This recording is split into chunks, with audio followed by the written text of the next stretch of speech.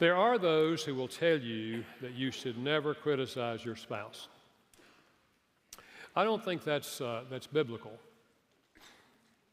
It's a matter of constructive criticism or destructive criticism. Listen to these verses that talk about the value of criticism. If you ignore criticism, you will end in poverty and disgrace. If you accept criticism, you'll be honored. Commit yourself to instruction.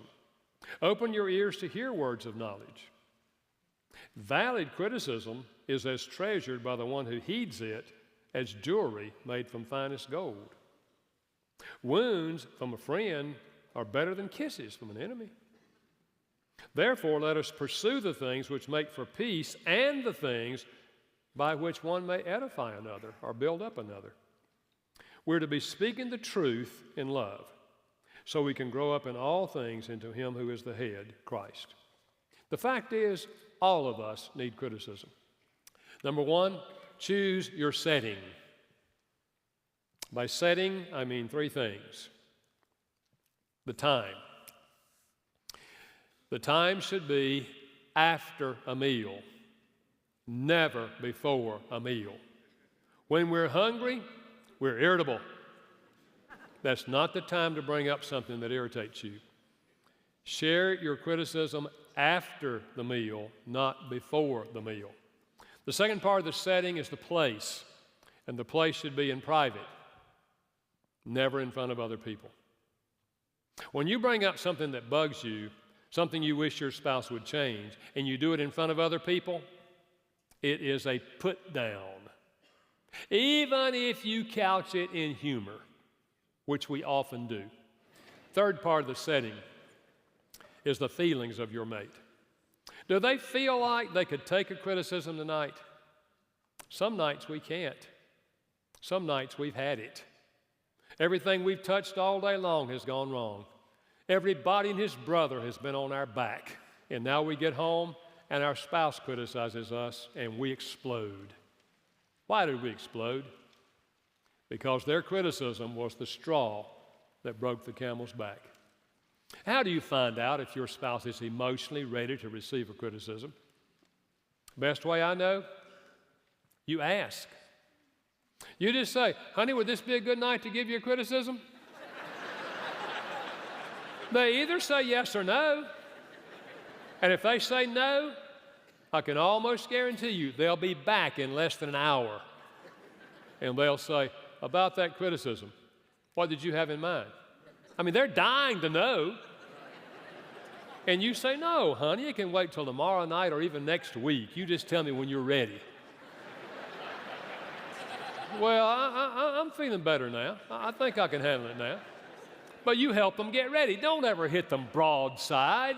Find out if they're ready to receive a criticism. Second suggestion, don't give an overdose. Now, by nature, this is exactly what we do. We hold all this stuff inside that bugs us, and when the pressure gets so strong, we'll throw out a criticism one night, and once we give them one, we pour it on. We give them one, and then we say, oh, and by the way, da-da-da-da-da-da, and while I'm at it, da-da-da-da, and one more thing, da-da-da. Now, you tell your spouse 5 things that are wrong with them, 5 things that bug you, 5 things you wish they would change, and you tell them all on the same night. And what happens? You kill their motivation to change. They're not going to change anything. They're probably going to shoot you a few. You're not so swift yourself. Da-da-da, da-da-da, da-da-da. What happened that night? They shot you 3 times. You shot them 5 times. You both go away, and you resent each other, and neither one of you are going to change anything. Now, what I want to suggest is never more than 1 criticism every other week. You give me one this week, I give you one next week. That's 26 a year. That ought to be enough. And that's about all any of us can handle. But look at it this way. If you could get 26 things changed this year, would it be a good year for you? And I want to suggest, if the 2 of you agree to try this, I want to suggest that when it's your week, You ask for it. You choose the night. And you just say to your spouse, honey, I know this is my week, and I'm feeling good tonight. Bring it on. I'm ready for my criticism. You choose the night. You choose your feelings. Now, don't hold your breath. If it's Friday night and it's their week and they haven't asked for it, it's okay to say, honey, I think this is your week, and it's Friday night.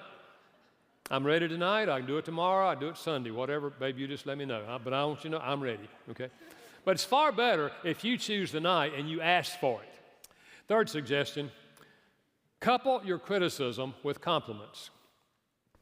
I get this idea from Revelation chapter 2, verses 1 through 4, where God is writing to the church at Ephesus. He tells them three things he likes about them. He says, I know your works, I know your labor, I know your patience. He takes another whole verse to tell how great they're doing in those three areas. And then he says, however, there is one thing that bugs me. And he gave them one criticism.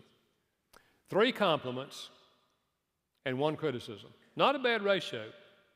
Tell me 3 things you like about me, and then tell me something you'd like for me to change. For example, let's say that this week my wife is going to criticize me about leaving hairs in the sink. Hairs in the sink bug her. This is her week to ask me to please get the hairs out of the sink. But before she does that, she says, wait a minute, honey, wait a minute. First of all, I want you to know how much I appreciate the fact that you hang your clothes up. I've talked to other wives who tell me their husbands leave clothes all over the house, and they have to pick up after them like they were teenagers. You've always hung your clothes up. I guess your mama trained you. I don't know, but I like it. Secondly, I want you to know how much I appreciate the fact that you got the bugs off my windshield last night. I love it when you get the bugs off my windshield. And thirdly, when you vacuum the floor on Thursday night, it's next door to heaven. I mean, babe, I really appreciate it. Are you ready, babe? Those hairs in the sink just bug me to death. Now, I can work on hairs in the sink, and I probably will. Why? She likes me. I'm already better than some guys, and I want to be better. Don't you guys want to be better? I seldom meet a man that doesn't want to be a better husband. And so I'm ready. You know, if I feel like she appreciates me and she sees some good things in me and then she gives me an idea of how I can be better, I'm ready to do it. I mean, I can get the hairs out of the sink. And wouldn't you, ladies, wouldn't you like to be a better wife? I said, ladies, wouldn't you like to be? Well, I'm suggesting that if you open yourself up for 1 criticism a week, it's amazing how good you could be in 3 or 4 months.